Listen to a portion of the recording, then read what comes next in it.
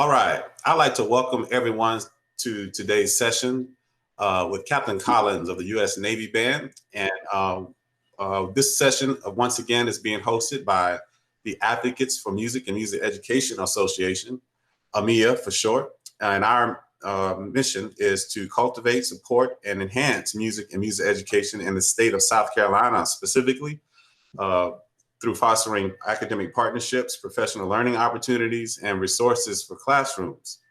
And today, as a part of this effort, we have Captain Collins with us, with our esteemed host, Mr. Linard McCloud. And Mr. McCloud, if you're ready, we're ready to get started.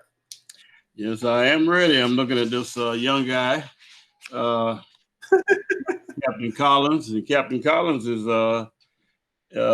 holds a Bachelor's of Education from the University of Nevada, Master's of Business Administration from Hawaii Pacific University, and a Master of Music from the University of Illinois at Champaign, Urbana-Champaign. And his military decorations include Meritorious Service Medal. He got 2 awards. He got a Naval and Marine Corps Commendation Medal, got 3 of those. And Navy and Marine Corps Achievement Medal, got 3 of those. The greatest thing about him, he studied with James Keene and Maiello and some great conductors. And he is a percussionist, pretty darn good one from what I've been hearing. And he's in charge of the entire fleet of Navy groups. And so any Navy band that you see, his hand is washing in there somewhere. And so we recognize the effect of this man who's a native of Reno, Nevada. And I'm quite sure he wished he was still there in the mountains, like he said before. But I wonder if it's the mountains or is the casinos, but I won't say anything about that. It's just the mountains. But we're certainly happy to have you as a guest today. And you've been in this business since 1998. And we're certainly happy to have you. And I think you have some of the questions that we're going to ask. But I'm going to start with the first question. Are you ready? All right, go ahead, fire away. Okay, auditions and preparation. What advice do you have for current music educators in terms of preparation? I mean, that's a good question. First of all, let me just start by thanking all of you for what you do, because the bottom line is, here in Washington, D.C., I have the creme de la creme of musicians, right? I have the pick when I step on stage every day. They're incredible musicians. All started somewhere. Somebody turned their light bulb on. Somebody turned the light bulb on for me when I was a kid. Music is an apprenticeship, right? It's still an old-fashioned apprenticeship. You have to be taught the art. And it's you folks that are teaching these kids and turning on the light bulbs and getting them inspired, so that in the end, I reap the rewards of all the work that you guys do when they're real young. And maybe a lot of people don't want to hear them just yet, but somehow you turn on a light bulb for these kids. And it's very important because it keeps the arts perpetuated. The arts don't perpetuate themselves. We have to actively take part in ensuring that they continue in our country, right? And so the role that you guys play, and I can say I saw it. My dad was a high school band director for 31 years. So he's the one who turned the light bulb on for me really early on. So without your active participation in this, there is no United States Navy Band or any other professional orchestra or wind band. So thank you for what you do right off the top. To audition. So how do I win a job at the Navy Band? At the Navy Band or the Fleet Bands? It's 2 kind of different things. Here at the United States Navy Band, we audition per opening, and then you're hired and you stay here forever. Our Fleet Bands, we have 9 Fleet area bands, 6 in the United States and 3 overseas. And that's a general audition, and then you transfer to each one of those Fleet Bands. But the bottom line is we are seeking a professional level musician who is well-versed in all styles. So that's what you want to be able to do is what we see a lot of in our auditions, specifically here in DC when I'm here, is I have some kids come in and they can nail some excerpts, right? They can nail some excerpts. And the minute I put a march in front of that individual, it's as if they've never seen or heard that style in their life. And you would be amazed at how quickly that shuts off the audition right there. If you can't play a march, You can't be in a military band. I mean, it seems obvious, but it is amazing to me how few kids anymore are taught the detached style, the style that is march style. And that, of course, for us is integral in being able to play in our band.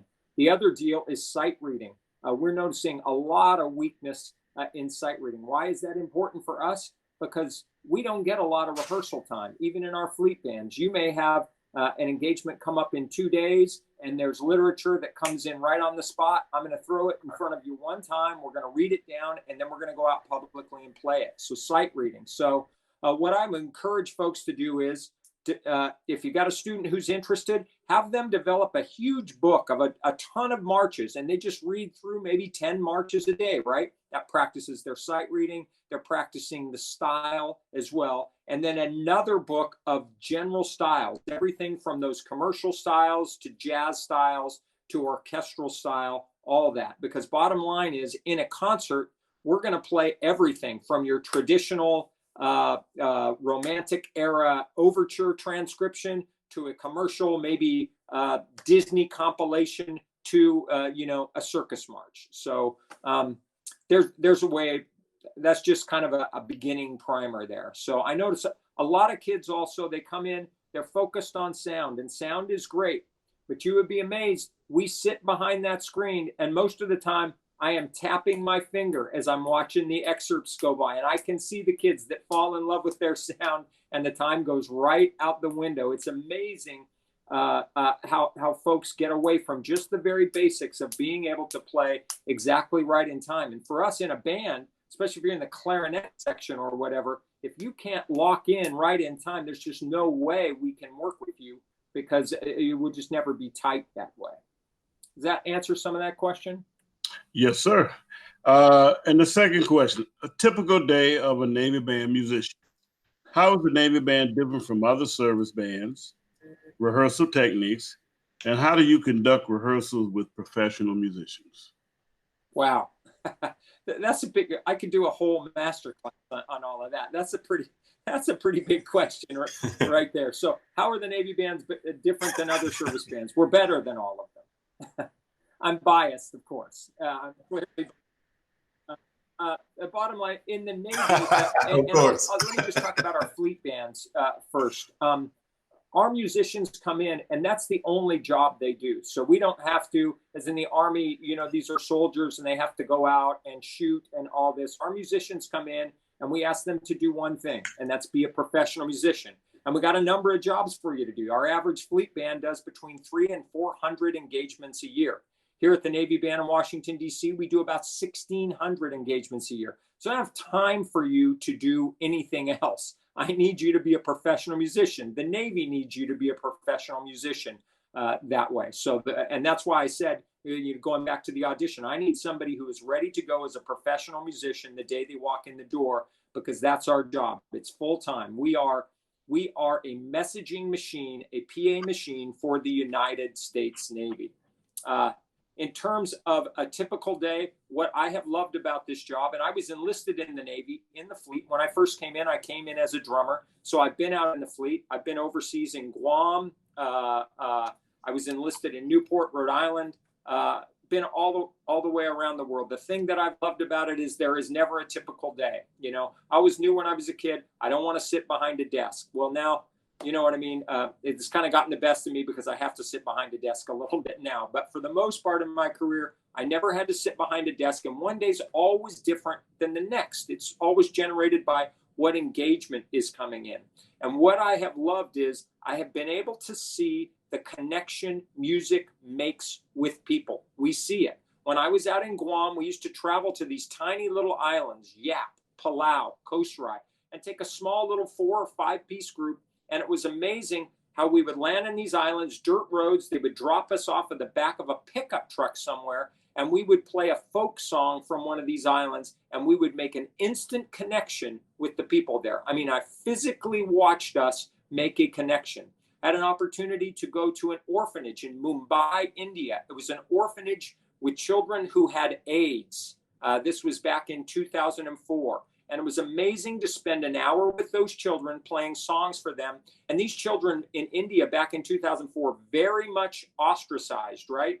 So we had an opportunity for an hour just to play music and provide joy to those students and watch the music connect. So you talk about the typical day in the life of a Navy musician. In many ways, we're privileged in order to see the connection that music can make. And then all the way to the very highest level. Here at the United States Navy Band, Washington, D.C., I've had the honor of performing, the funeral for President George H.W. Bush, participating in the memorial service for Senator John McCain, marching inaugural parades, and also performing on stages and watching music do things that way. So in general, one day is never like the next. In terms of rehearsing a band of professionals, here's, I don't know if I get it right. You'd have to ask my players if I get it right. And believe me, they would tell you if I get it right or not.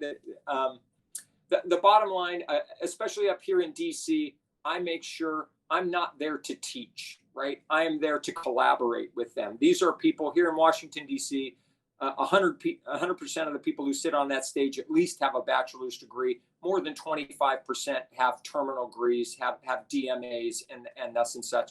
My job is to get up on that podium and collaborate with them. So I have to have done my homework clearly before I ever step on that podium. For me, the first rehearsal is my performance, right? All my work is done to perform on that very first rehearsal. I don't do a lot of talking like I'm doing right now. I like to start rehearsal immediately, and the band likes that. It was very interesting. My first couple of rehearsals here with the band, I could see people would have their instruments down on their stands as I got up on the stand. And I would simply say, good morning. Of course, we knew what the schedule was for the day. I pick up my baton and I just went. And I never said anything, but the first three rehearsals, you could see people scrambling for their horns and going to pull them up. After the first week, they were all sitting there with their horns in their hands, ready to go. So they knew, I'm not going to talk a lot. We're going to play. With professional musicians as well, my first read through of a piece, we're just going to read it through. We're going to read it through, and I will rarely, if ever, say anything unless there's something really strange within the piece that I need to communicate. But for the most part, that's my test. Did I learn how to conduct this right? Am I communicating what's going on? Because they can play most of it. Then I'll go back and run again, and you would be amazed, 80 to 90% of any of the errors are immediately corrected on a second reading. So I try not to waste their time with any of that. And it really is the challenge for me is my ear. My ear has to be attuned to a much higher level up here. People are not going to miss notes. People are not going to misplay rhythms, all of those kinds of things. We start at a different level. So I have to have, number one, a much greater knowledge of the piece, know what the inner workings of it are, and what are the subtleties that I want to get out of that piece before I step on the podium, because those are the immediate things that we're going to go to work on. And by the way, we're going to only have 2 or 3 rehearsals, and then we're going to go do a concert. So it's a different way of rehearsing, challenging in some ways much easier than what you all do, because I would never look at the trumpet section and suggest a fingering, right? I would just never do that at all. Don't have to worry about that kind of thing. Good. Now, follow up to that. What would can they get ranking promotions if they're a member of the naval group? Sure. Well, I literally just wrote that question down. So we come in here at the United States Navy Band. They come in at advanced pay grade. So at the Navy Band and the Naval Academy Band, which are 2 premier bands, those are permanent stations. So you are hired here and you stay here for your entire career. And we retain at a very high level, by the way. I retain at about 97% for 20 years. So once people win a job here, they typically stay here. Now, here's what I'll say. And I tell my bosses this in the Navy, who tell me, man, that's not a healthy retention rate. You retain too high, right? They would like some more turnover. And I tell them, that's great. You create more musicians who can play at this level, and then then we can turn them over. But they're just too hard to find, out there. So we'll take 97%. So they come in at what we call the E6 level. That's Petty Officer First Class in the Navy, be Sergeant First Class in the Army, I guess that way. And then they can progress all the way from E6 to E9.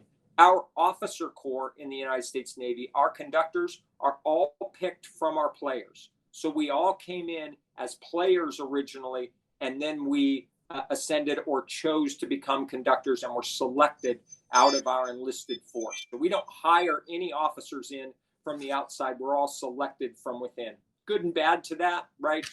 Sometimes our conductors at the beginning are not quite as developed as other conductors, but I'm a firm believer. I am a firm believer in this. You are only as good a conductor as you are a musician. So I am a firm believer in that you need to have a solid foundation on your instrument before you become a conductor, because the bottom line is your ear is only going to hear as well as you could play, right? I mean, if you could hear better when you played, you would play better because you would play to what that ear directs you to. So I'm a firm believer that your musical sensibilities come from how you played your instrument, and then those translate onto the podium.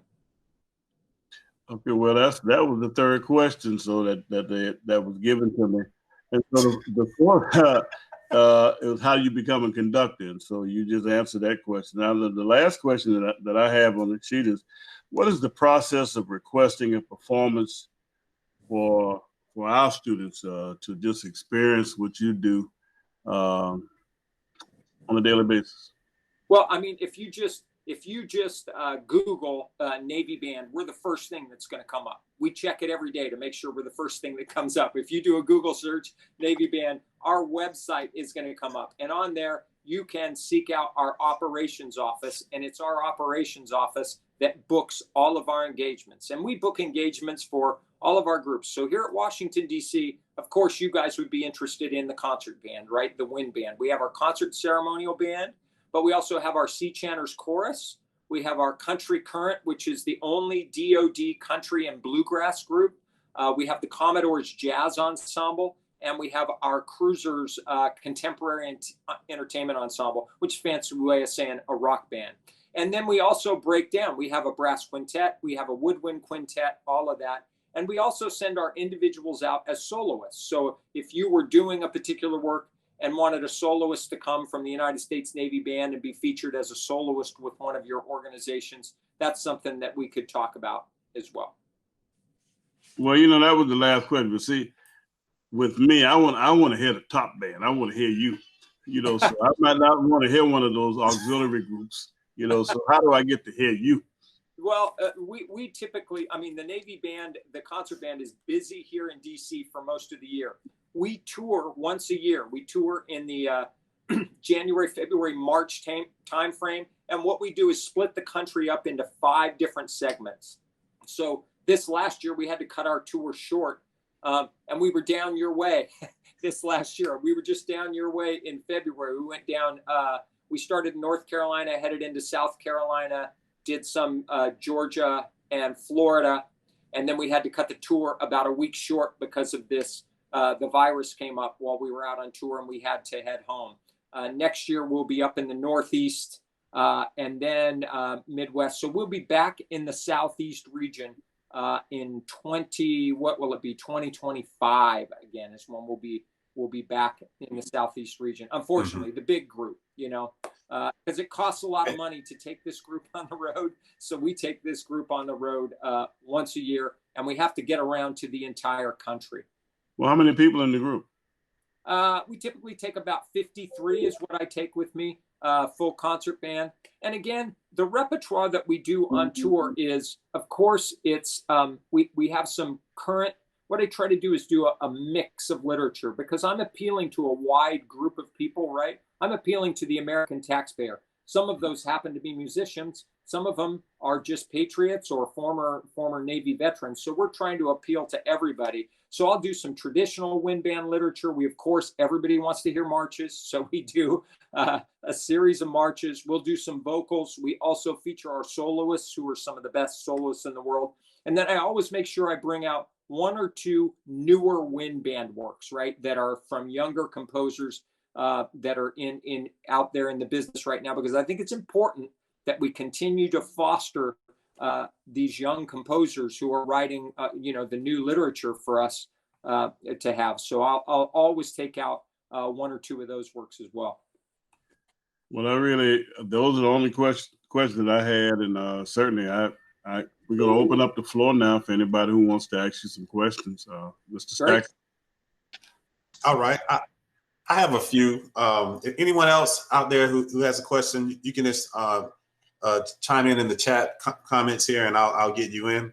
But as a percussionist student, as a percussionist, the percussionists that I have in my band program, how do you suggest that I prepare them in order to have a successful audition into the military, in any military band? And Ernest, you're a high school band director or college band director? Yes. High school? High school. Now, there's no requirement that anybody have a degree to come into the Navy, either in the fleet bands or us. But I will tell you, the vast majority end up having degrees, because to play professionally, that it's just they usually end up going to music school. I think in the fleet right now, it's over 90% have at least their bachelor's degree. Of those 90%, about 70 have an advanced degree, have a master's degree. So that's the level that we're hiring at. But as for a percussionist, myself, it's that wide range, especially out in the fleet.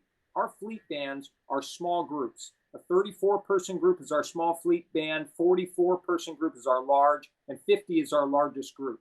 So as a percussionist, you're going to have to play, in that marching group, of course. So rudimentally, you're going to have to be sound that way, marches, all that kind of thing.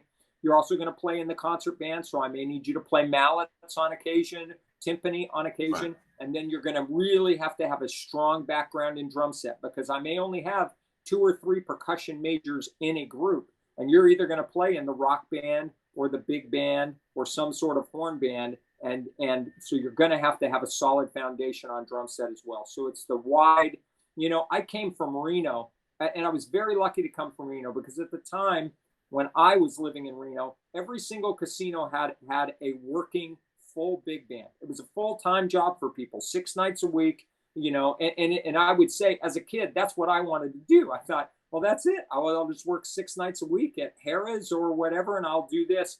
So my whole focus, I studied with those drummers, and their whole focus with me was, it can't be one thing. You have to be well versed on it, because I have to play everything. It may be vibes one night, it may be xylophone another night, it may be timpani another night, it's drum set another night, depending on who the show was that was coming in.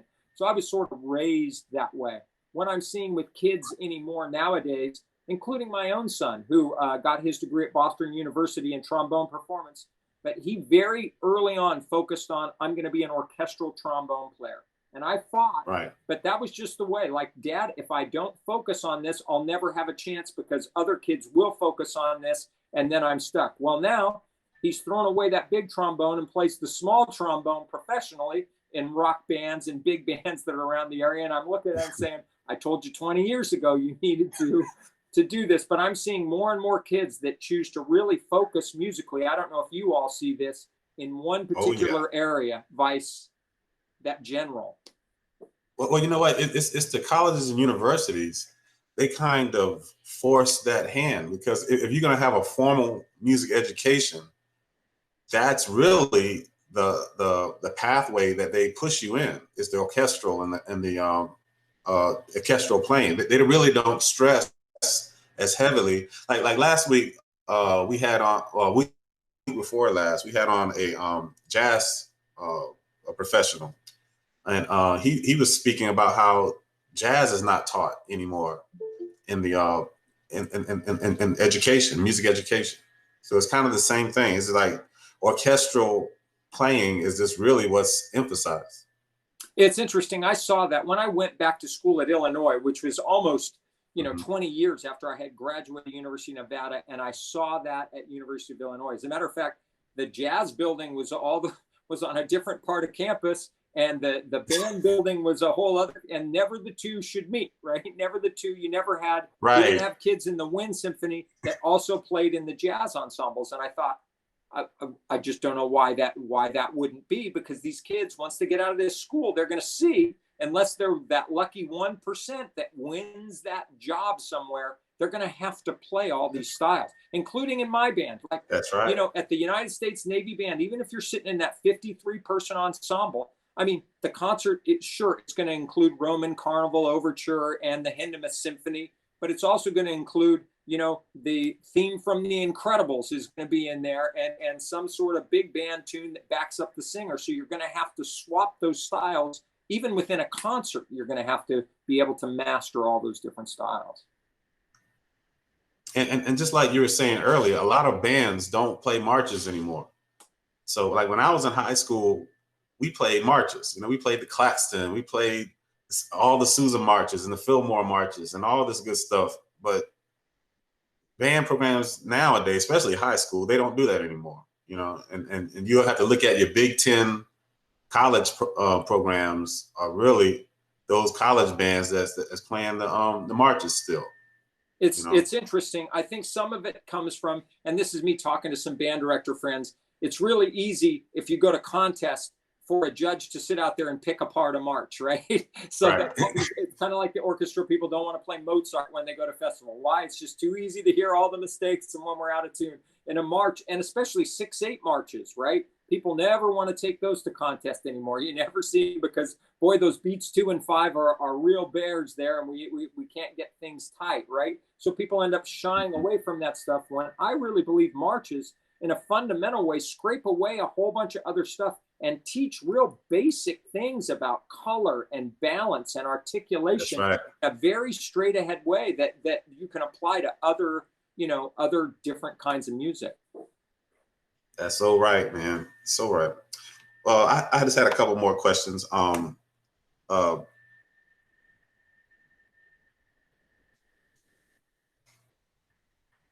As far as well, you say you accept pretty much professionals at the level at which you that we see them performing, you know, and you know the President's Own band and all these other bands we see on TV. Those are pretty much professional musicians and not just students right out of high school or you know right out of college. Is that correct?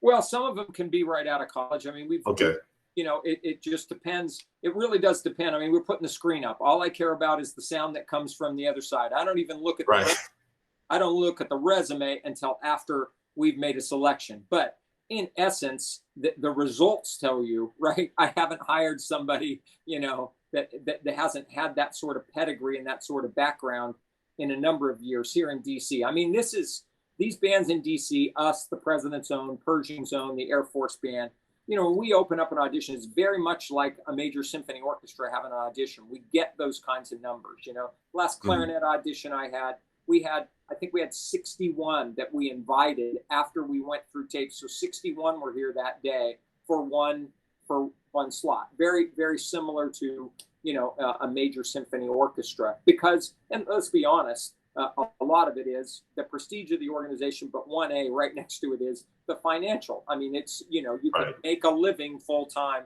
doing this job, and those jobs, unfortunately, as we know out there, are few and far between to be a pure performer. Right.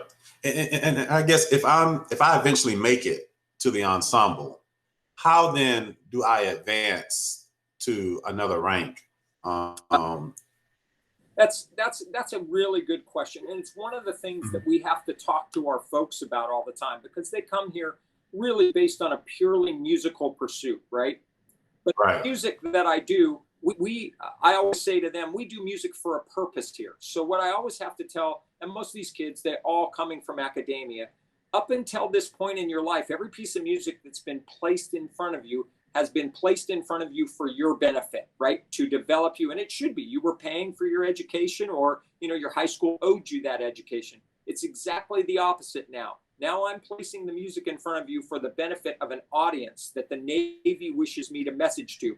I'm giving you this check for your benefit. So the music may not be exactly what you want to play anymore, but it's what I need to message to the audience. That doesn't mean we don't still play it at the highest artistic place we can play it, but it's just not, I'm not placing it there to develop you or any such thing as that. So our folks need to first understand that. And then they also have to understand I'm serving, right? I am choosing to serve. We always say we're in the service, and we just let that word kind of roll off. But I think people need to stop and listen. What does the word service mean? It means this is not about me. So I always tell our folks when they come in, You have worked your entire life to hone this craft, and you have honed this craft to a very high level, and now you turned it over to the service of your country. That is truly a patriotic gesture that you have made. You have said, here we go. The Navy didn't develop this talent. You developed this talent on your own, and you turned it over to the service of your country. It's truly patriotic. And so you will do well in this organization if you understand it is service related. It is not about you. I'm not going to place this music in front of you for you. I'm placing in front of you for the taxpayer. Are you willing to serve with your talent that way? And folks who understand that, then they contribute to the organization in other ways. They understand that we are a self-contained organization. So the shows that we take out on the road, we organize all of that. So our folks take part in helping to book the tours, helping to organize, getting us on the road, all those kinds of things. And in doing so, they develop, we promote them into leadership roles, and we see how well they display that leadership, and then they're promoted based on that kind of thing. It's obviously musical performance, but then that other contributions within the organization, because we are completely self-contained. Now, so do you guys get a budget from the government for like that you operate yourselves? Yes, we do. It's not enough, but it's, you know what I mean? We're just like you guys, in high schools, it's the same way, right? The football team gets everything. We kind of get what's left over, and you can imagine in the military music, we fight tooth and nail to justify our existence all the time. I mean, people ask all the time, what does the Navy need a band for? Why does the Navy need a band? And I tell them, you can't do your mission without us. We're actually very efficient. Music communicates in a way you have no other tool that communicates as an effective way as we can with music. It touches the hearts and minds of people around the world. And I can do it in a 1-hour concert across a wide demographic, and you have no other tool to do that. So when you talk about budget, these are the arguments, and I'm sure the same arguments that you guys are making all the time.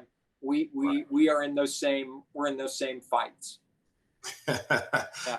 Man, it's like music just cannot get ahead without someone trying to erase us all the time, right? Yeah. All the time, man. It's the same fight. But does anyone else have any questions or comments? I'll let someone else chime in there. Well, I can go on for days here. Anyone else have any comments, questions to Captain Collins? And Captain Collins, did you have the rank of captain when you assumed your position? It's as soon as I got to the position, then they named me a captain. So we have one captain in the Navy. Right now they're stuck with me, but it's as soon as you move into this job, it's an automatic promotion to captain for us. Yeah. Wow. Okay. Yeah. Wow. So what rank did you have before that? I was a commander, which is an 05. I guess in the Army you would call a lieutenant colonel, or in the Marines you call a lieutenant colonel. I was a commander before that, so it was just a natural progression for me. So if you obtained the rank of commander, did you actually command a ship, or?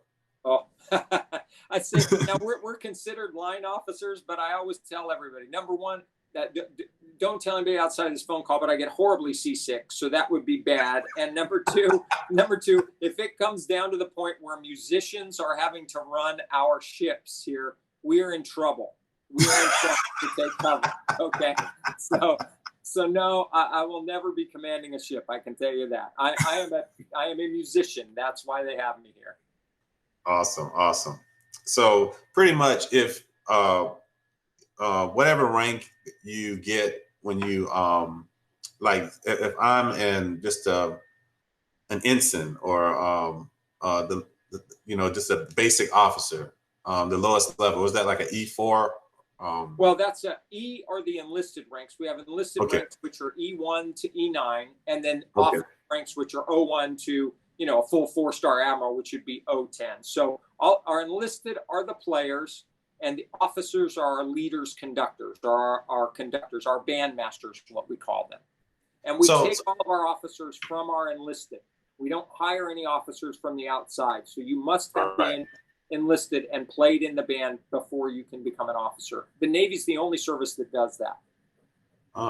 Okay, so I heard you mention fleet bands. What's the difference between those and your organization? The fleet bands, they assess it at the E3 level. E3, we assess at the E6 level, and it's not permanent duty in the fleet bands. So you're going to transfer about every 3 to 4 years. And I said those bands are much smaller, like our small fleet bands in our smaller areas, like up in Seattle, Washington, down in Jacksonville, Florida, in Newport, Rhode Island. Those are 34-person ensembles. The larger ones in Norfolk, Virginia, Honolulu, Hawaii, which is not bad duty. I had that duty. That was good duty. Those are larger ensembles, 44-person. And then we have a 50-person ensemble over in Europe because it covers all of Europe and Africa for us. So what we do is we have a progression for young officers too. Typically, like when I commissioned as an 01, when I finished being a drummer and became an officer, I was an assistant. I was an assistant here at the United States Navy Band, Washington, D.C. So I was one of what we call our junior officers, and I was learning, occasionally conducting. I took whatever the captain at that time didn't want. I grabbed whatever time I could get on the podium.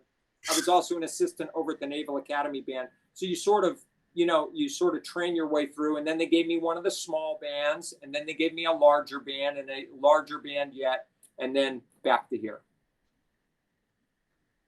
Gotcha. So, and I guess along that way, as you were getting these different bands, is that how you climbed rank every time? Yeah. Okay. Yeah. Essentially, my responsibility grew, right? So, here as assistant, I had little responsibilities for departments. The first band I had was a small band out in Seattle, Washington, 34-person band. So, I'm a junior officer responsible for a few states, starting to figure out, because as the leader, same with you guys, I'm strategizing for my program too. I'm learning how to do all that. Right. The next band I had was the Pacific Fleet Band out in Hawaii, I said, which is a larger band, have responsible for the Pacific. And then I had responsibility for the band over in Italy, the larger band, where I had Africa and Europe and a larger responsibility, and then back here. I guess my next question is dealing with the current situation that we're going through. First with COVID. I guess what are your guidelines and your plans on how the Navy Band will address the COVID situation? Well, I'm waiting for some solid data to come out, right? We're seeing data kind of come out from everywhere right now. We have what we call a public health emergency officer here at the Navy Yard in Washington, D.C., and I'm coordinating with him right now. And I've actually brought him to the band room and sort of did a layout of where my seats would be and how safe would it be. And he's given me medical advice on where we can place. Essentially what we've come to is indoors, about a 6 feet for most all wind instruments, 6 feet spacing between all of them. The flutes you have to watch out. And actually I'm in the danger zone. My flutes are in the front row. So because of the transverse nature of the way that they blow across that tone hole.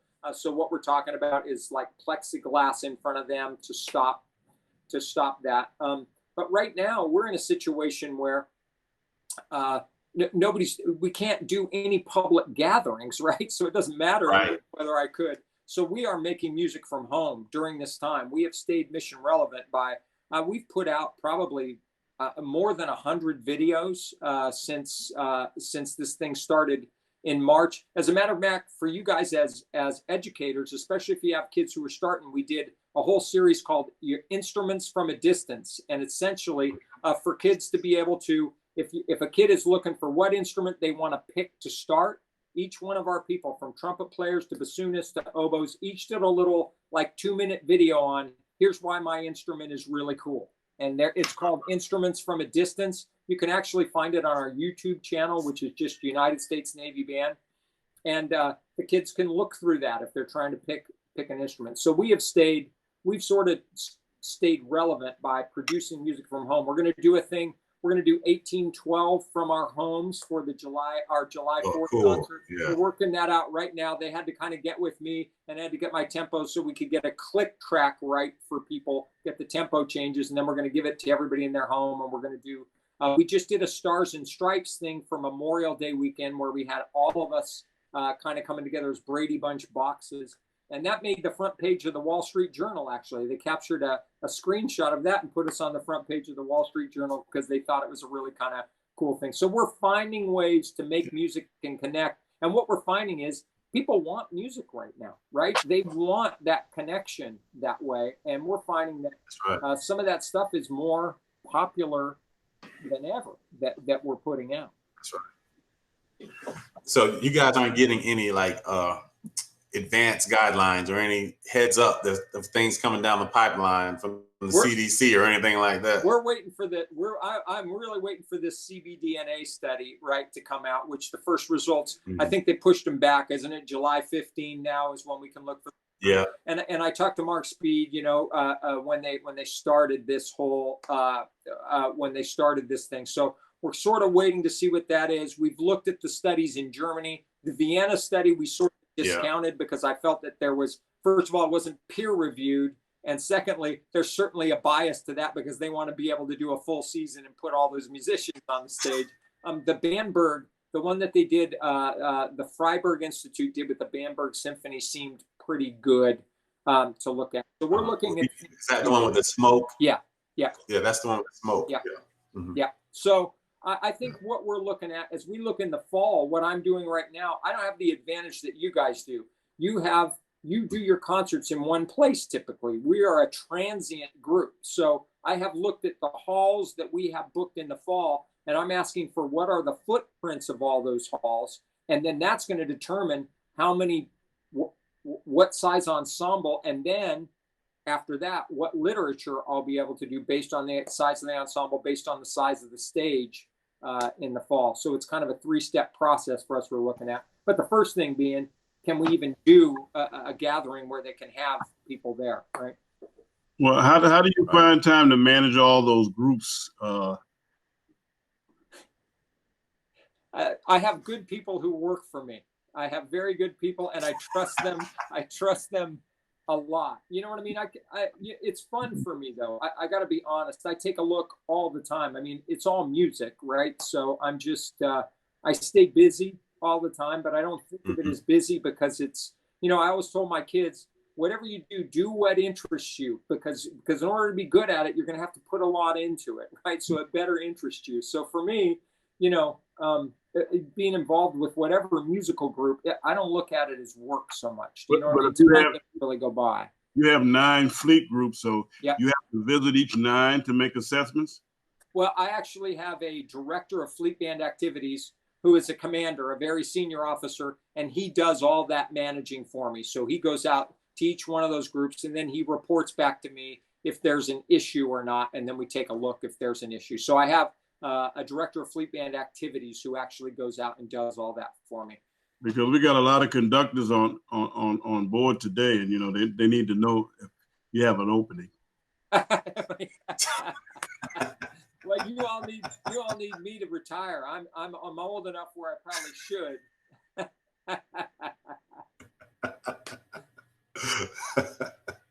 All right. Well, Captain Collins, this has been awesome. I really enjoyed this discussion. If anyone else have any comments or questions before we conclude, you may chime in at this time. If not, I would like to just tell you that we appreciate this, man. You took time out of your busy schedule to do this for us, and we are really, really, really thankful. So everyone, if you'll go ahead and unmute your microphones, and let's give Captain Collins a nice AMMEA welcome and thank you. Thank you so much. Hey, thank you very much for having me. And again, thank you for what all you guys do. I greatly appreciate it. If you're ever in DC, you better come and say hello. Oh, you know I will. You know I will. All right. Thank you, sir. Well, once again, this has been hosted by AMMEA, the Advocates for Music and Music Education Association, where our mission is to cultivate, support, and enhance music and music education in the state of South Carolina through fostering academic partnerships, professional learning opportunities, and resources for classrooms. And Captain Collins, you contributed to this effort in a great way today. We appreciate you, sir. And everyone else, we appreciate you for chiming on. Mr. McCloud, thank you as always. And we are going to sign off at this time. See you next time, everyone. Thank you. Bye-bye.